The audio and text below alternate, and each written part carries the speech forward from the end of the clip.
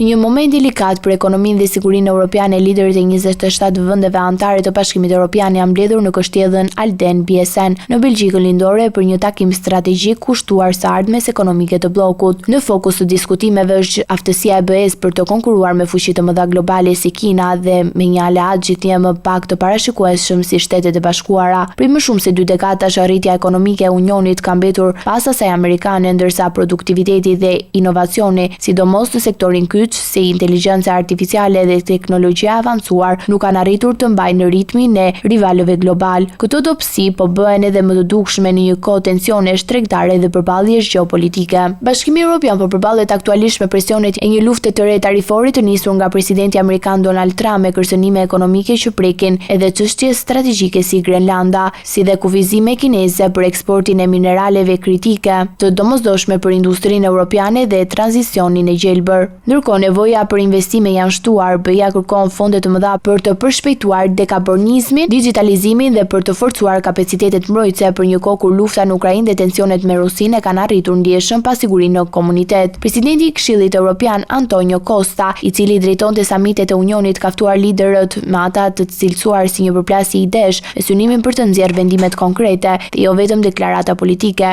Në takim marrin pjesë ish kryeministrat italian Mario Draghi dhe Enrico Letta, autor të 2 raporteve me ndikim mbi sfidat e konkurrueshmërisë dhe reformimit të tregut të përbashkët evropian. Mesazhi që pritet të dalë nga ky samit është i qartë: Bashkimi Evropian duhet të veprojë shpejt për të forcuar pavarësinë ekonomike dhe strategjike nëse dëshiron të ruajë rolin e tij si një aktor i rëndësishëm në rendin e ri botror.